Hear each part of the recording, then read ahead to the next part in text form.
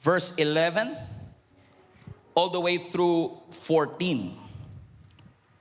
Then the angel of the Lord came and sat beneath the great tree of Ophrah, which belonged to Joash of the clan of Abiezer. Gideon, son of Joash, was threshing wheat at the bottom of the winepress to hide the grain from the Midianites.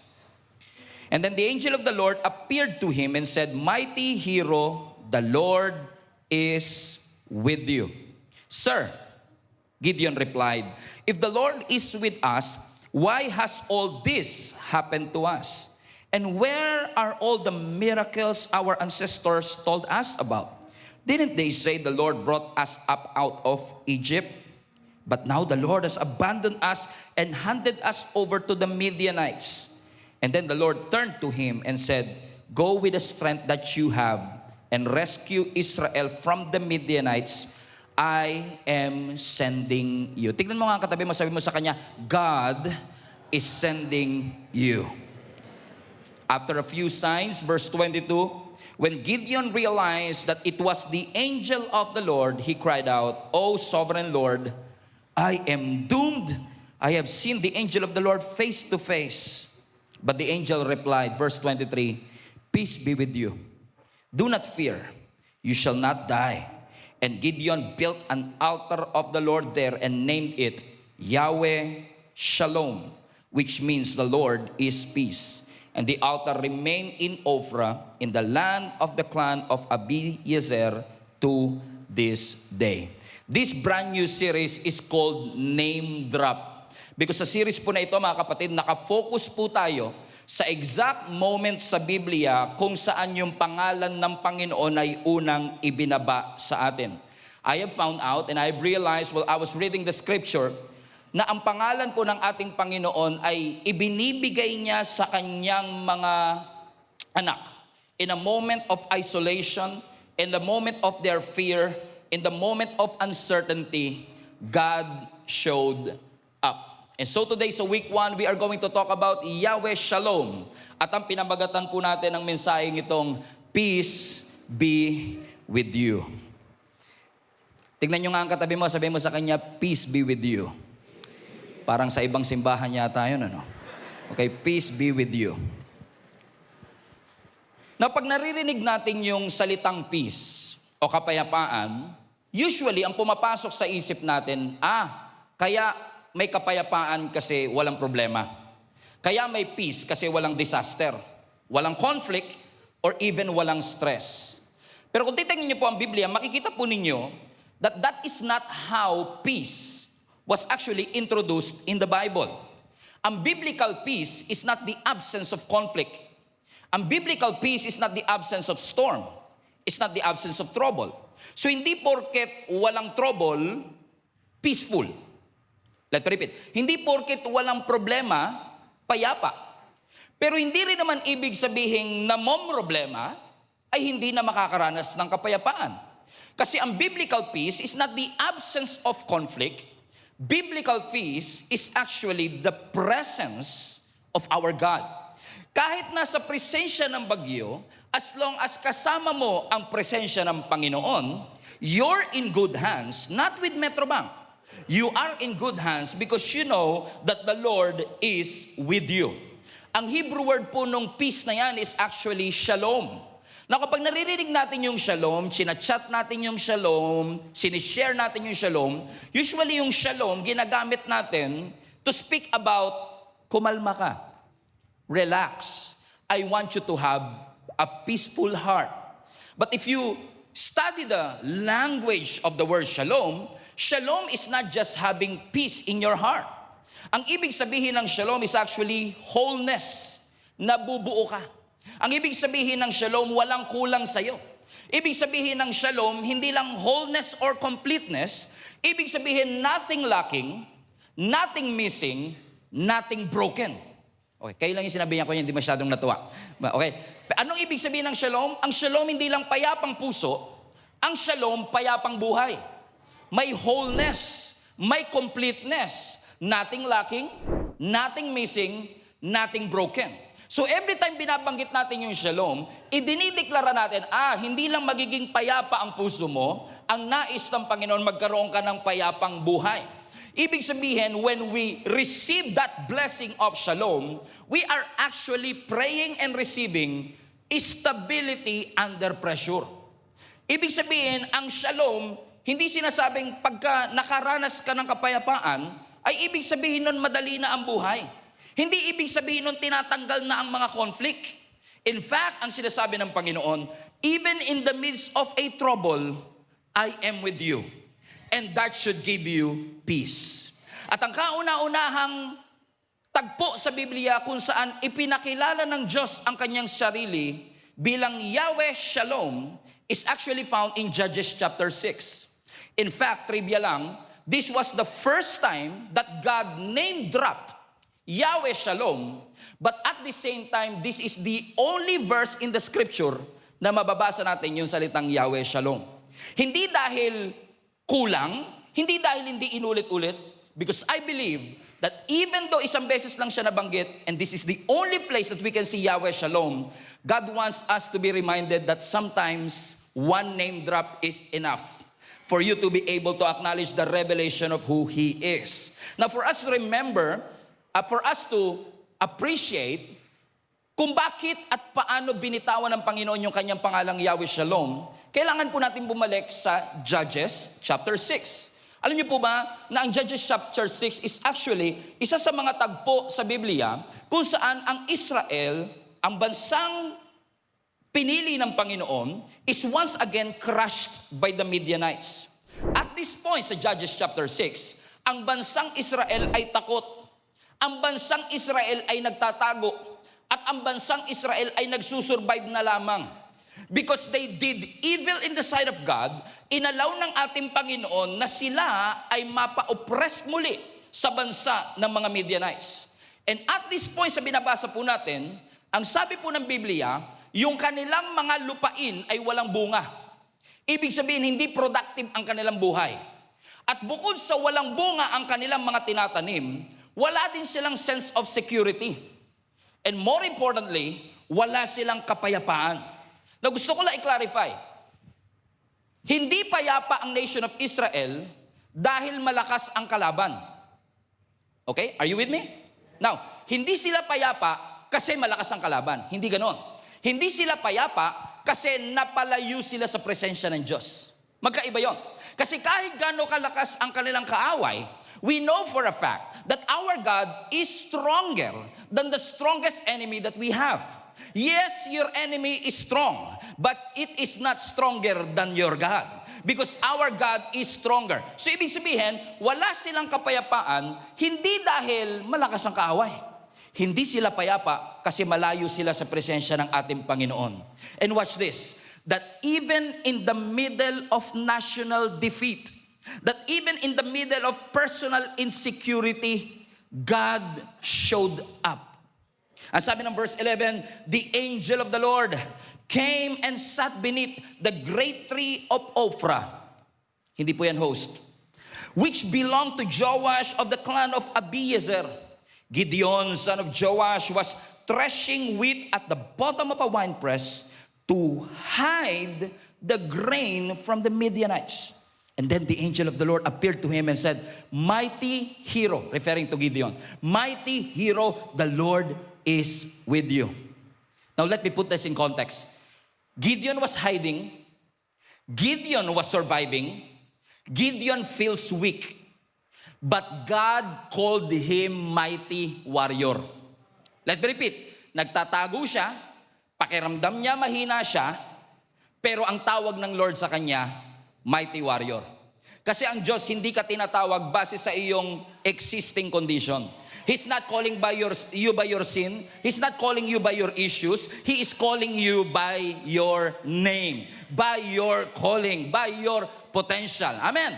So sabi ng scripture, kahit mahina, kahit nagsusurvive, at kahit takot itong si Gideon, God called him mighty warrior. Now, kung ako si Gideon, it sounds like a joke.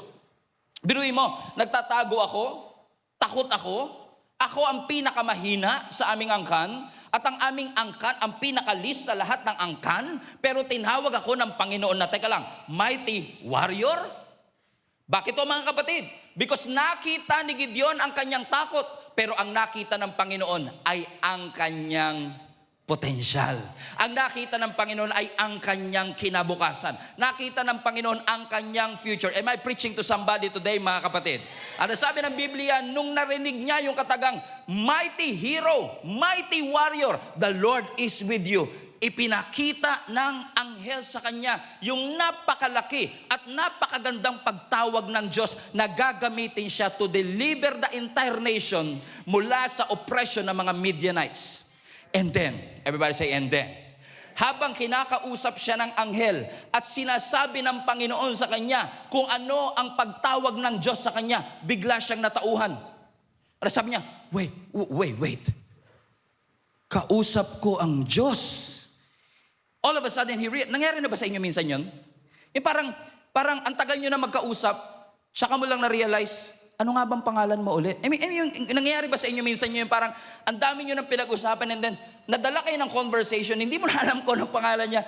Ano, parang ganito yung nangyari kay Gideon na masyado siya na-overwhelmed sa pakikipag-usap dito sa anghel.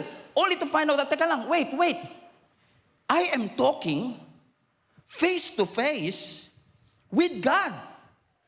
This is not good. Alam niyo kung bakit hindi good? Kasi we are sinners, unrighteous. We cannot even stand in front of our God because He is holy and righteous. And for Him to realize, teka lang, nakatayo pala ako sa harapan ng Diyos. Teka lang, yari ako. Tingnan natin ang verse. Sabi ng verse 23, when Gideon realized that it was the angel of the Lord, everybody read now, he cried out, Oh, sovereign Lord, I'm doomed. Sa Tagalog, paktay ako. Yari ako. I'm doomed. And I have seen the angel of the Lord face to face. Now, this is interesting. Bigla siyang natauhan. Sabi niya, nako, yari ako.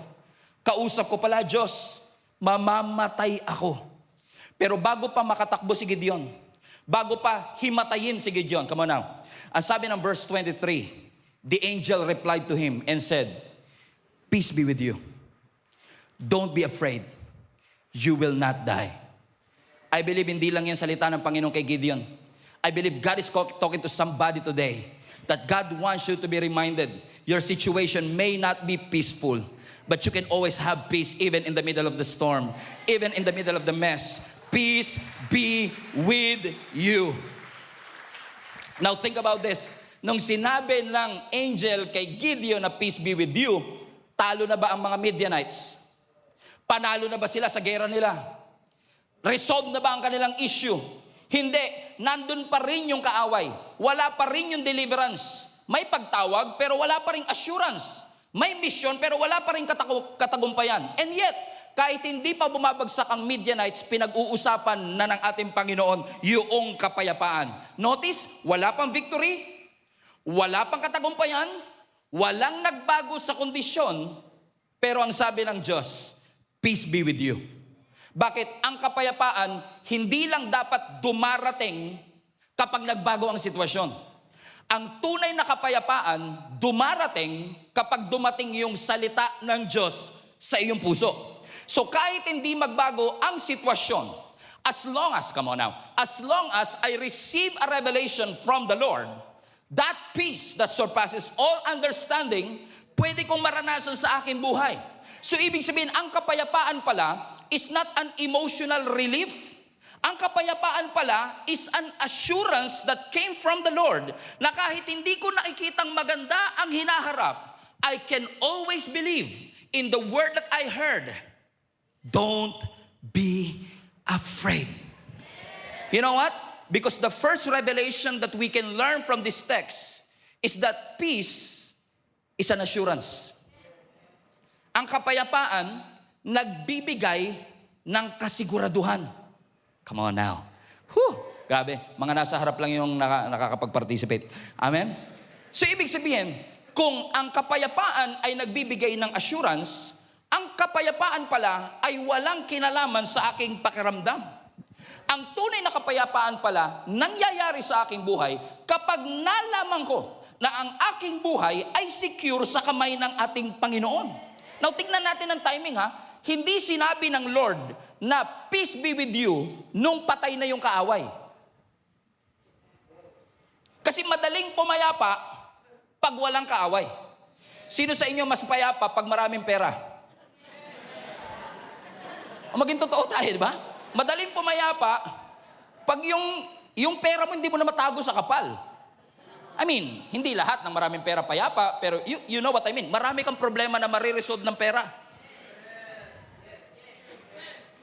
Pati yung mga hindi pumapansin sa'yo, bigla kang papansinin. Oh, hallelujah, praise God.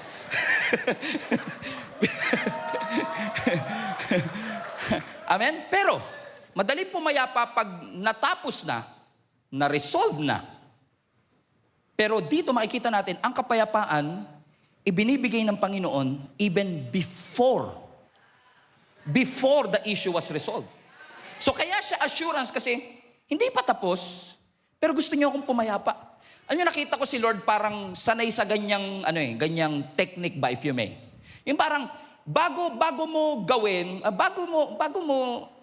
laging baliktad si Lord. Halimbawa, sasabihin ni Lord, go. Then pag nandun ka na, don't be afraid. Mas maganda sana kasi kung sabihin ni Lord, don't be afraid. Go. Mas madaling sumunod kapag ganun, no? Yung pag nauna yung don't be afraid, bago yung go. Kaya yung katabi mo, ang tagal nang sinasabihan ni Lord dyan, nang go, pero hindi siya maka-go-go, go.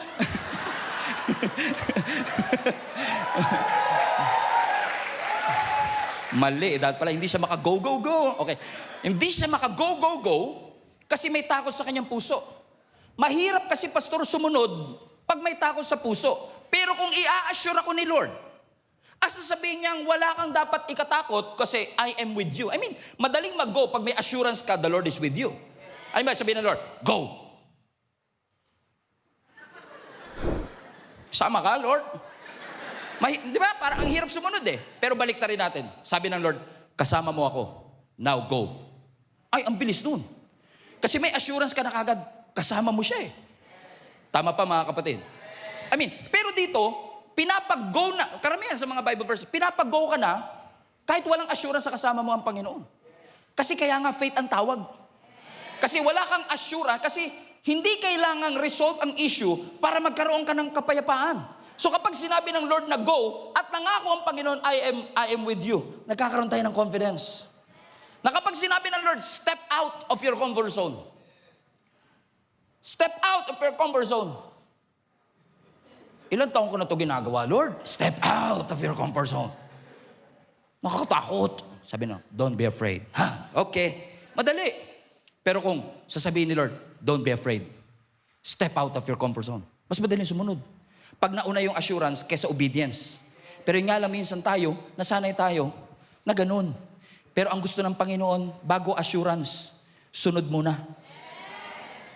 Pinakita lang ng Panginoon sa atin dito na hindi kailangang resolve ang issue, talo ang kaaway, para magkaroon ka ng kapayapaan. The enemy was still present. The enemy is still real. Pero kahit may kaaway sila, hindi sinabi ng Lord, takas. Ang sabi ng Lord, kapayapaan. Kasi minsan, ang prayer natin, Lord, gusto ko nang tumakas. Pero ang sabi ng Lord, alam kong hindi pa tapos ang laban, pero gusto kong tapusin yung takot sa puso mo. Hindi after the victory, hindi after the deliverance, hindi after ng freedom, hindi after ng prosperity. Kasi madaling pumayapa pag sinabi na ng doktor, benign. Pero paano kung wala pa yung resulta? Ibig sabihin ba, hindi ka na magiging payapa? Ibig ba sabihin, porket hindi pa napipirmahan yung kontrata, hindi ka na pwedeng maging payapa? At kapag wala pa yung promotion, hindi ka pa payapa? Kapag wala pa yung resulta ng board exam, hindi ka na magiging payapa. That's not biblical peace. Because biblical peace came before. Come on.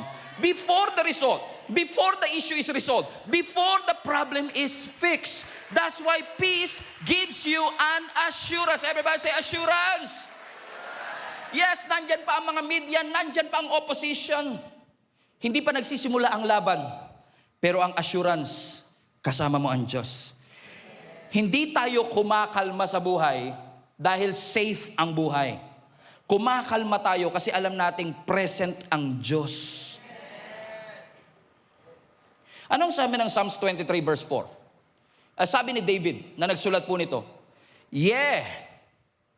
Pagka youth din pala si yeah. Anong bansa ang hip-hop? Yeah, man. Okay. Yeah, sabi niya. Yeah. Sobra, pastor. Sobra yan. Sabi ng Bible, yeah, though I walk, everybody now? Though I walk through the valley of the shadow of death, I will fear no evil. Sino ba naman hindi matatakot na lumakad sa anino ng kamatayan unless alam mo, God is with you. Amen? Pero basahin mo uli yung verse. Ano sabi ng verse 4? Yeah, though I, highlight this part, I walk through. Ano ibig sabihin ng walk through? Lagpasan mo. So, mas maganda sana to, kung ako masusunod, i-revise ko lang. Kunwari, syempre, di naman ako masusunod, si Lord. Pero kung ako, mas maganda yung, yeah, though I walk out. Kasi gusto natin walk out eh. Pag may pagsubok, Lord, ilabas mo naman ako dyan. Pag may pagsubok, Lord, gusto kong takasan yan. Pero, ang sabi ng scripture, yung kapayapaan, hindi dumarating kapag lang nakalagpas ka o nakaalis ka. Na minsan, kahit dumaraan ka, kahit na nahihirapan ka, kahit na hindi mo alam kung ano mangyayari bukas, ang assurance mo, the Lord is with me. So even though I walk through it, through the valley of the shadow of death, I should not be afraid kasi ang Diyos ay kasama ko. Ibig sabihin, may mga pagkakataong hindi ka ilalabas ng Diyos sa pagsubok, pero may mga pagkakataon na kahit dumaan ka, as long as sasamahan ka niya, merong kapayapaan. Kasi ang kapayapaan o ang peace po, hindi siya situational. Ang peace, hindi siya nag-a-appear pag ang problem nag-disappear. Ang peace dapat nandun even in the midst of chaos. It's not because there's an absence of conflict. It is because there is an assurance that God is already with me. So peace is an assurance. Amen? Sabi ng Lord kay Gideon, mighty warrior, the Lord is with you. Point number 2. What are the 3 things that we can learn from this text? Number 1, peace. Come on. Peace gives assurance. Number 2, pangalawa po. Pangalawang bagay na matututunan natin is that peace shapes perspective. Peace shapes perspective. Let's go back, reading again verse 11, o perception. Sabi ng verse 11, then the angel of the Lord came and sat beneath the great tree of Ophrah, which belonged to Joash of the clan of Abiezer. Now, look at this phrase. Can you highlight this part? Okay? Gideon, son of Joash, read with me, was threshing wheat at the bottom of a wine press. Hold on a second. He was threshing wheat. Inaapakan niya yung mga wheat. Pero nandun siya sa wine press. Now, that's interesting. Kasi ang wine press, para sa grapes. Wine press. Hindi siya para sa wheat. So, ibig sabihin, gumagawa siya ng wheat sa hindi gawaan ng wheat. Are you with me? So, he was doing the right thing at the wrong place. Now, ang tanong, bakit? Bakit kailangan pa niyang gawin yung wheat sa wine press kung pwede niya namang gawin yun dun sa gawaan talaga ng wheat? Sinagot din ng verse. To hide the grain from the Midianites. So obviously, si Gideon takot. Si Gideon nagtatago. Si Gideon nagtatanong. Si Gideon pinagdududahan niya ang kanyang sarili. At habang siya'y takot, habang siya'y nagtatago, hindi sinabi ng Lord, ihinto mo yung ganyang pakiramdam mo OA ka. Hindi sinabi ng Panginoon, mas maging spiritual ka. Naman nakakalungkot minsan, that sometimes many of us, we cannot deal with our real emotion, is because we are afraid that somebody will judge us. Kaya marami sa atin are smiling on the outside, but really tormenting on the inside. Kasi mas okay pa sa akin itago na lang, kasi pag sinabi ko, sa kapwa ko pa naman Kristiyano, ang sasabihin lang niya sa akin, kulang ka siguro sa quiet time. Kulang ka siguro sa pagbabasa ng Bible. Pero mapapansin niyo sa scripture, even Gideon, in the middle of his fear, in the middle of hiding, hindi sinabi ng Lord, be more spiritual. Stop feeling that way. Bakit? Naintindihan ng Panginoon yung tunay na sitwasyon. Ano pa sinabi ng Lord? Imbis na sabihin niyang, you are overreacting. Ano sabi ng Lord? No. I am with you. Kasi ang tunay na kapayapaan magsisimula kapag na-realize mo na hindi ka nag-iisa. Bakit? Kasi pagka ikaw talaga may pagsubok, di ba? Parang ang laki-laki ng problema. Sino sa inyo ng problema na? Pag wala ho kayong problema, problema yan. Okay, kasi lahat ng tao may pagsubok. Lahat ng tao may problema. Tama ho ba mga kapatid? At minsan, pag dumadaan ka talaga dun sa problema, sino sa inyo? Talagang minsan nakaka-overwhelm ang problema, parang mas maliit na yung Diyos kesa sa iyong mga problema. Tama? Kasi alam nyo, anxious ka man, takot ka man, o payapa, hindi naman sumasara mata mo eh. Lagi mo namang nakikita eh. Kaya ka takot, kasi nakikita mo, andyan ang higante. Kaya ka takot kasi nakikita mo, kahit anong gawin ko dito sa pera namin, di kasya to. Kaya ka natatakot kasi alam mong, ibig sabihin, kaya ka takot kasi nakikita mo kung anong problema. But thank God, peace shapes our perception. It shapes our perception. Kasi kung ikaw ay takot, because you are looking at the problem and now the problem looks bigger than your God. But thank God for peace. Kasi ang peace nakatingin pa rin. Pero hindi nakatingin sa laki ng problema, kundi nakatingin sinong kasama ko. Now, yung takot, tumatapang. Yung discourage, bumabalik yung courage. Yung anxious, pumapayapa, hindi dahil nagbago ang sitwasyon, kundi nagbago yung perspective niya. Na yung bagay na tinatakbuhan, binabalikan pa. At doon pa nagte-testify. Come on somebody. Bakit? Kasi the same thing na tinakbuhan mo, minsan yun din ang gagamitin para magbalik ka ng testimony. Hindi na bago ang sitwasyon, pero nabago ang pananaw. Sino po sa inyo nagpapasalamat that every single Sunday that we come to church, pumapasok tayo dito na meron tayong ibang pananaw, pero paglabas natin, nagbabago ang ating pananaw. Na uulit-ulitin ko sa simbahan ito, kung may utang po kayo nung pumasok kayo rito, paglabas nyo may utang pa rin kayo. Hindi po yun mawawala. Pero at least when you come out of this place, your perception will change. Na ang utang ko malaki, but ang sabi ng scripture, my God will supply all my needs. So you will come out with a different perception. At ano nangyayari? Tumatapang ka. Solve na ba problema? Hindi pa rin. Pero nagbago ang iyong... di ba, yung mga estudyante minsan hindi ko ina-advocate ang pambubuli, against tayo sa pambubuli. Pero minsan sa school hindi maiwasan yung mga bata na nagsasakitan sila, tapos parang may boss tsaka may, alam mo yung ibig sabihin? Naranasan nyo na ba yun? O nakakita na ba kayo ng ganun? Na pag binuli yung bata, takot na takot yung bata. Subukit na sa tatay ko. Subukit na sa tatay ko. Tapos yung bata tatakbo siya, uuwi siya ng bahay. At sabihin, anak, ba't ka umiyak? Si Roger po kasi. Sino ba si Roger? May Roger ba dito? Si Roger po kasi. Sinaktan po niya ako. Ha? Hindi ko anak kita. Samahan mo ako. Babalikan natin yun. Tingnan nyo ha. Yung bata, umalis nga doon kasi takot. Tapos pinapabalik mo. Pero mapapansin nyo yung bata. Kaya nga siya umalis doon kasi takot siya. Pero ngayon, siya pa nauuna. Pero hawak niya kamay ng tatay niya. Nababalik ka sasabihin, ito po, daddy, oh. Yung parehong tinakbuhan niya, babalikan niya, lumakas ba siya? Hindi, malakas lang yung kasama niya. Hindi siya lumakas, walang nagbago sa sitwasyon, ang nagbago yung pananaw niya. Na oo, matindi itong kinakatakutan ko, pero mas matindi yung kasama ko. At ang kasama ko ay ang ating Panginoon. Is this helping anybody, church? Kaya sabi ng scripture, Isaiah 41 verse 10, fear not, for I am with you. Be not dismayed, for I am your God. What a word. I will strengthen you. Yes, I will help you. And I will uphold you with my righteous right hand.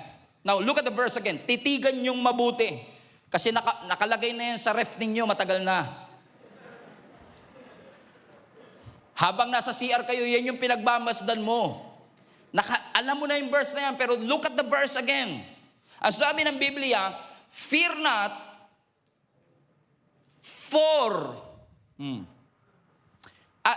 fear not for, ba't ako hindi matatakot? Highlight that part. Because. So fear not because I am with you. Now, hindi sinabi ng verse, fear not because tapos na ang pagsubok. Fear not because magaling ka na sa sakit mo. Fear not because resolved na ang problema. Hindi sinabing ganun. Walang nagbago sa kinakatakutan mo. Pero may nagbago sa kasama mo. Kaya sabi ni Lord, fear not. Why? Resolved na ba? Hindi. Kasama mo ako. Don't be dismayed. Why? Because I am your God. So hindi pa tapos ang bagyo, huwag ka matatakot pa rin. Fear not. Hindi sinabi fear not kasi papagalingin kita, magiging madali ang buhay. Hindi tinanggal ng Lord yung rason ng ating takot. Totoo pa rin yung takot mo. Pero mas totoo na ang presensya ng Panginoon ay kasama natin sa mga oras na ito. Are you here what I'm saying, mga kapatid? Are you with me? Sabi mo sa katabi mo, peace be with you. So ibig sabihin, ang pinaguhugutan natin ng kapayapaan, yung katotohanan kasama natin si Lord. So hindi mo na kailangan mag-imbento ng kapayapaan. As sasabihin mong, everything is under control. Kaya hindi ako natatakot. Now, kaya mo nasasabing, kaya yung pansin na tayo minsan, we manufacture our own peace. Like, di ako takot. Bakit? Everything is under control. But what you meant is, naayos ko na. May pera na ako para dyan. I micromanage already. Everything is under control. So yung peace mo is dependent on predictability. Na-predict mo na kasi naayos mo na eh. Everything is under control. Correct? But when you say, I have peace because everything is under control, you are saying that you trust not your God, but your plan. Asan ba talaga tiwala mo? Nasa Diyos o nasa plano? Kasi ang tunay na kapayapaan, pagtitiwala sa Diyos at hindi lang po sa plano. Kasi kahit gaano po ka-concrete ang plano natin, pwede pong mabago ang plano natin. So, if your peace is dependent on your plan, your peace will collapse if something happened na hindi mo gusto. So you don't manufacture it. And sometimes, may na-manufacture natin ang peace natin trying to understand what we feel. Like, ba't ba nagkakaganito ako? Bakit bigla ako nagigising ng alas 3 ng madaling araw? Okay naman ako. And minsan di ka payapan ako. Alam niyo yung feeling na, sino sa inyo yung minsan nai-stress kayo pagka sumasakit ulo nyo? Nung unang panahon, pag masakit ang ulo mo, parang medical. Pero ngayon, di ba, bago gamot, check muna sa Google, no? Lahat ng symptoms mo, lalagay mo sa Google eh. Headache, sipon, ubo, may tumor ka sa utak. Ha? Di ba, lahat ng ending eh. Cancer.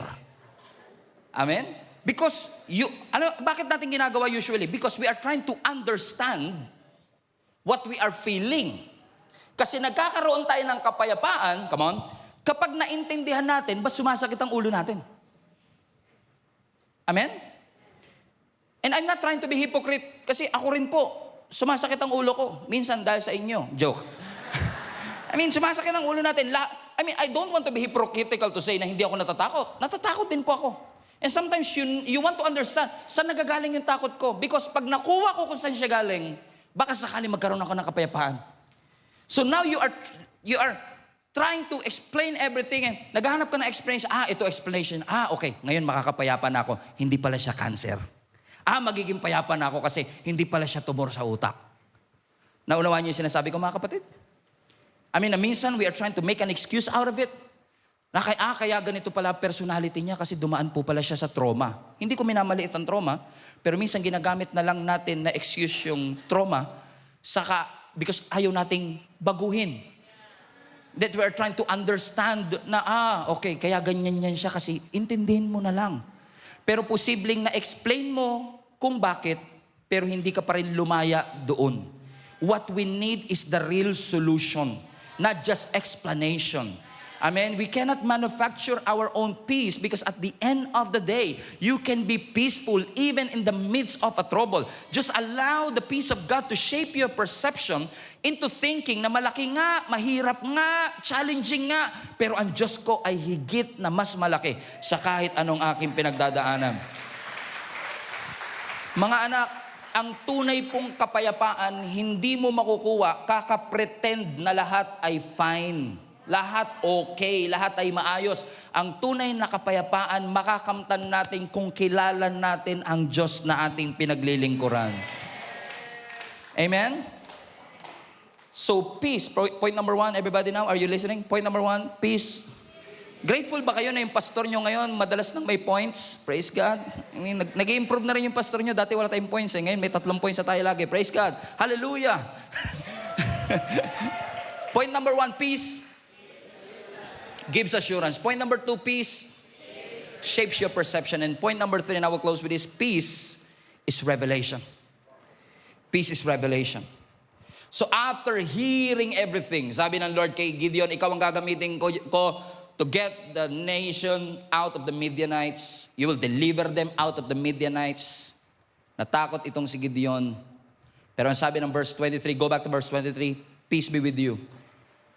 Do not fear, because you shall not die. And because of this revelation, the Bible says in verse 24, Gideon built an altar to the Lord there and named it, watch out for the name drop, Yahweh Shalom. Highlight that part, which means the Lord is peace. Now listen. After niyang matanggap yung calling ng Panginoon sa kanya, sa gitna ng kanyang takot, hindi siya nagpatugtog sa Spotify. Sa gitna ng takot ni Gideon, hindi siya nag-journal ng kanyang feelings. Hindi siya naghanap ng temporary relief.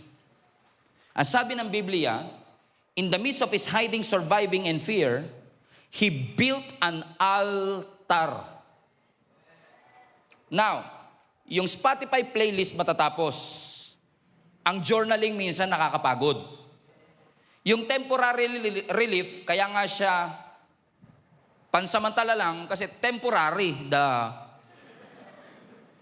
Pero ang tinayo nitong si Gideon, altar. Now what's the difference of Spotify playlist and an altar? Because altar is a permanent marker. Now let's go back to reading verse 24. Ang sabi ng Biblia, 24 please. Yahweh Shalom, which means the Lord is peace. Watch this. And the altar remains in Ophrah in the land of the clan of Abiezer. Highlight this part, to this day. Meaning, hanggang ngayon, yung altar dahil siya ay permanent marker, yun ay laging nagpapaalala sa kanya na ang Diyos ay Diyos ng kapayapaan. So I don't know, maaaring wala tayong physical na altar na itinatayo, pero ano yung altar, ano yung lugar na pinupuntahan mo kapag tumindi ang takot? Ano yung altar na yun na nagpapaalala sa iyong dito nangusap ang Panginoon na hindi niya ako iiwan, hindi niya ako pababayaan? Because ang tunay na kapayapaan, hindi po siya feeling, hindi po siya mood. Peace is a revelation. So my question is this, where is that altar that every time that pressure arises, you will always go back to that altar, you will always go back to the word that you have received because this word will remain. Ang mga bulaklak malalanta, ang mga halaman malalanta, pero ang salita ng Panginoon ay mananatili. Amen. That even up to this day, ang pinangahawakan natin hindi yung sinabi at ipinangako na mga tutulong daw sa'yo, kundi ang pinangahawakan natin yung sinabi ng Diyos na nangakong hindi niya tayo iiwan at hindi niya tayo pababayaan. Because peace is a revelation. So I want to encourage you, go back to that Bible verse na tinawag mong life verse. Go back to that altar. Balikan mo yung tagpo kung kailan ka kinatagpo ng ating Panginoon. Because that promise, that revelation stays in your heart. So that fear will go away. And anxiety will go away. Kasi sa totoo lang, yung takot, yan po yung nararamdaman natin. Ang difference ng fear tsaka ng anxiety, yung fear is a real scenario na kinatakutan mo. Ang anxiety is the imagined scenario na hindi naman nangyayari pa kinakatakutan mo. So either fear or anxiety, when you go back to the altar, kung babalik ka doon sa altar, kung kailan nagpakilala ang Panginoon sa iyo, naniniwala ko, you'll be reminded of this wonderful revelation about our Yahweh, Shalom, the Lord of peace. And I'm telling you this because honestly, ang Metro Manila po ngayon is somehow, para sa aking pananaw, parang epicenter ng fear and anxiety. Napakarami pong takot at anxious. I'm trying to be careful in saying this, pero napakarami ding suicidal in our generation today. And I was once have the suicidal thoughts as well. So I know the feeling. And our city is an epicenter of fear and anxiety. Many people, many Christians are smiling on the outside, but deep within themselves, they know they are struggling on the inside. They feel lonely. They feel alone. While I was reading this part of the scripture, I was reminded about Elijah. And I will close with this. Kilala niyo si Elijah, right? Si Elijah isang propeta na tumalo sa 450 na propeta ni Baal. Na nung nalaman ni Ahab at ni Jezebel na yung mga prophets nila ay tinalo at pinatay nitong si Elijah, nagalit itong si Ahab and si Jezebel. You know the story, right? Nagkaroon ng showdown between yung 450 prophets versus one prophet na si Elijah. At ang kanilang sinabi, kung sino sa atin ang makakapagpababa ng apoy mula sa langit, siya yung may tunay na Diyos. So yung 450 prophets, nag-ipon-ipon sila, kumanta sila ng kanya-kanya nilang chant, inabot na sila ng tanghali, walang apoy na bumabagsak. So itong si Elijah, marunong din mag-trash talk eh. Sabi ni Elijah, baka constipated yung Diyos nyo. Basahin nyo yung Bible. Baka constipated yung Diyos nyo, kaya walang bumabagsak na apoy. Sabi ni Elijah, baka nagbakasyon yung Diyos nyo, kaya wala pa rin bumabagsak na apoy. Inabot sila ng ulong oras, walang kahit anong apoy na bumagsak. And then here comes Elijah. In one call, sabi niya, Lord, bring fire from heaven. And all of a sudden, bumagsak ang apoy at lahat ng natulog nagising. Nakita ko may gumanon eh. Ano nga ba yung napanood natin kanina? Fire exit. Bumagsak ang apoy and it consumed the sacrifices and all of those 450 prophets were defeated and killed by Elijah. Elijah is the one who did that. And watch this. Nung nalaman ni Jezebel, wicked queen, na yung kanyang 450 prophets ay tinalo nitong Elijah na nag-iisa. Ang sabi ng scripture, nagpadala si Jezebel ng email dito kay Elijah. At sabi niya, let's go to verse 1 Kings chapter 13. 1 King please. Now Ahab told Jezebel everything Elijah had done and how he had killed all the prophets with a sword. Verse 2. So Jezebel sent a messenger to Elijah and say, may the gods deal with me, be it ever so severely, that by this time tomorrow I do not make your life like one of them. In other words, within 24 hours, I will kill you now. Now, kung ikaw si Elijah, pwede mo sabihin kay Jezebel, Yo, di mo ba napanood sa YouTube, viral na oh, I just killed 450 prophets. Tas ikaw magbabanta. No way. But surprisingly, the Bible says, verse 3, Elijah was afraid. Now, bakit takot? It was a real threat. Hindi ito basta gawa-gawa lang. Hindi ito gawa-gawa niya. He was afraid. Anong sabi ng scripture? And he ran for his life. So when he came to Beersheba, hindi para maglasing, in Judah, huwag niyo sabihin din nyo na-gets yun, ha? And he left his servant there, verse 4. Oh, let's go back to verse 8. I don't want to rush that last part. Elijah was afraid. He ran for his life. When he came to Beersheba in Judah, he left his servant there. Meaning, may kasama siya, pero iniwan niya, watch this, verse 4, while he himself alone went on a day's journey into the wilderness, and he came to a broom bush, juniper tree, sat down under it, prayed that he might die. I've had enough, Lord. Highlight this part. Take my life. I'm no better than my ancestors. Which is, I find it funny. I mean, natawa ba kayo? I mean, hindi ko minamalit yung pakiramdam niya. Takot siya pero nakakatawa, di ba?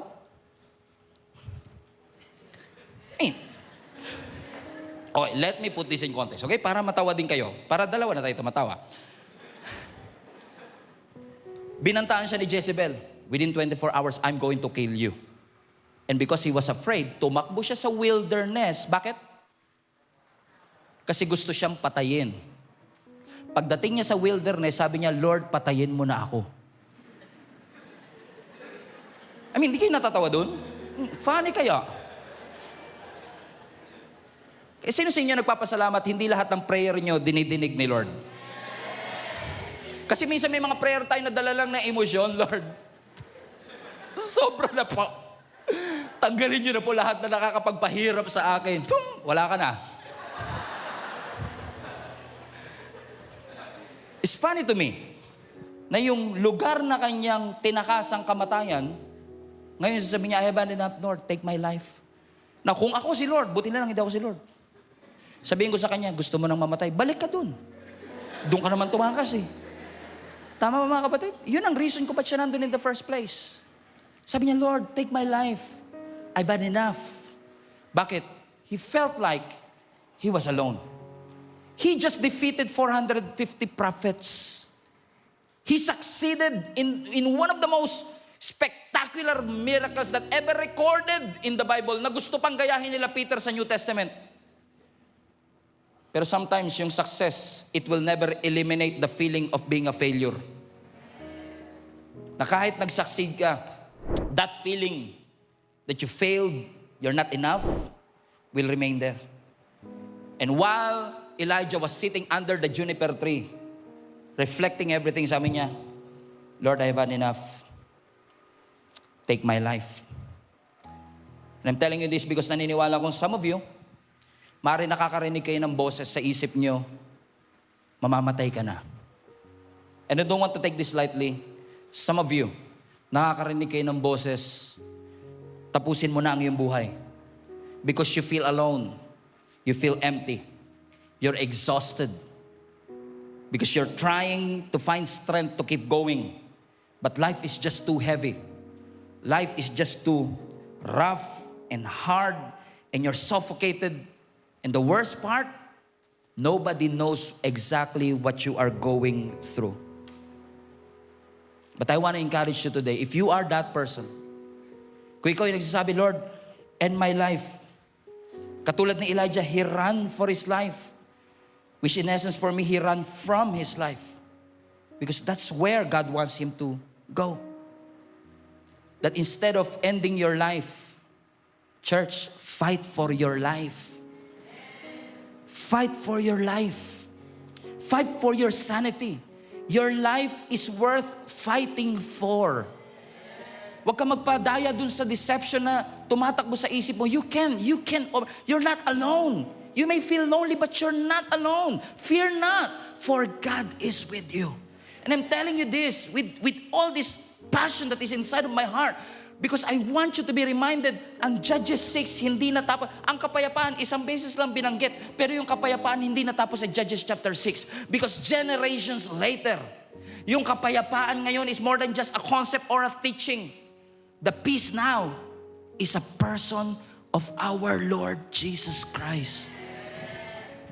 Now, peace is not just a feeling anymore. Peace is Jesus Christ himself. That's why he was called Prince of Peace.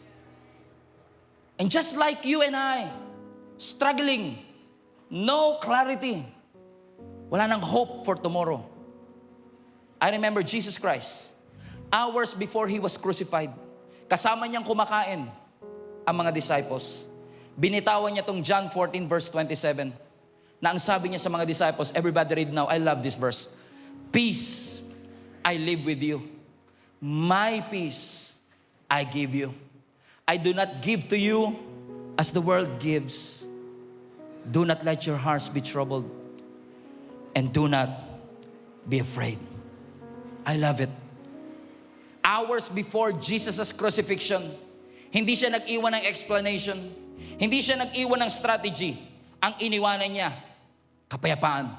And that word live, I live, is a legal term. It's like last will and testament. So peace is an inheritance. Iniwan ng Panginoon ang kapayapaan sa ating mga puso. Ano sabi ni Jesus Christ? Peace I live with you. My peace. Hindi hiniram na peace. Hindi seasonal na peace. Yung peace mismo ni Jesus Christ. Ang iniiwan niya sa bawat isa sa atin. So don't let your hearts be troubled. Do not be afraid. Because God is not just giving you peace. He left us with His peace. I mean, yung kapayapaang sinasabi ko, yung kapayapaan na kayang matulog sa bagyo, sa barko habang bumabagyo. Remember Jesus? That kind of peace. Yung kapayapaan na kahit na ina-accuse siya ng kung sino-sino, nanatili siyang tahimik. Yung klase ng kapayapaan na kinukrucify na pero hindi pa nagpapanik. Ladies and gentlemen, let me introduce to you Yahweh Shalom. Jesus Christ, the Prince of Peace, the King of Kings, the Lord of Lords. His name is Jesus. And even in the middle of panic, even in the middle of fear ng mga disciples, while He was with Jesus on the boat. Remember that story? It was a stormy night. Ang taas ng alon, ang lakas ng hangin. Jesus was sleeping in the boat. And then yung mga disciples, habang nagpapanik sila, naglalabas sila ng mga tubig because they want to manufacture, come on, their own salvation. Siguro na-realize nila kahit anong effort natin, lulubog talaga to eh. Pero may kilala ko, lumalakas sa ibabaw ng tubig. Katulog nga lang. Pero to nakakalakad. I mean, game na? Tawagin na natin. Tama, lagi si Lord, lagi last option eh, no? And they woke up Jesus Christ. And I find, and this isn't it, sabi nila kay Jesus, Teacher, don't you care that we drown? Hindi po ba kayo nagmamalasakit na baka lumabog tayo? Tulog po kayo. I mean, kung ako si Jesus, obviously malayo ako kay Jesus. I mean, don't you care that you drown? I mean, are you questioning if I care for your life? I gave you life. I'm the life and the resurrection. Of course I care. And Jesus stood up, never rebuking the disciples. I think I have that verse, Mark. Ano sabi ni Jesus Christ? Put the verse, last verse, anak. Ano sabi ng Mark chapter 4, verse 19. Jesus arose, rebuked the wind, not the disciples, and said to them, Peace, be still. And the wind ceased, and there was great calm. There was a great calm. So I want to encourage you today, church, whatever you're facing, whatever you're going through today, as long as you have Jesus on your boat, peace be with you. Peace be still. Alam ko may mga chariots na nasa likod mo at hinahabol kayo katulad ng mga Egyptian, pero ang sabi ng Lord, don't be afraid. Be still. I am with you. Don't let your hearts be troubled. Do not be afraid. Fear not, for I am with you. Even when you go through the fire, you will not be burned. Even when you go through the waters, you will not be drowned. As long as you have Jesus on your boat, may the God of peace, the God of hope, fill you with all joy and peace in believing that you may abound in hope through the power of the Holy Ghost. Every head bow, every eye closed all across this place, Panginoon. Allow us to encounter you, Jesus, like never before. Alam namin ang buhay chaotic, ang takot, maingay. But Lord, I pray that each and every one of us will encounter Jesus Because now peace is someone that we received. Jesus Himself, the Prince of Peace, and the Lord of Lords. Panginoon, dalangin ko po sa mga kapatid ko po na dumaranas ng iba't ibang pagsubok, challenges sa kanilang buhay. And they find it difficult sometimes to sleep at night. Difficult sometimes na maging kalmado because of looking at the situation. Lord, ang dalangin ko, may your peace brings them assurance. May your peace shapes their perception. And may your peace becomes the revelation that this peace is not just something that we ask to you now. Jesus is peace. Allow us to receive Him in our lives. And we pray, Lord God, that you will be glorified in our lives today. May the Spirit of Shalom be each and every one of us today. Na lahat po kami, Panginoon, ay makaranas ng wholeness, completeness, nothing missing, nothing lacking, nothing broken. Peace be with you, church. Everybody stand to your feet. Taas po ninyo ang dalawang kamay.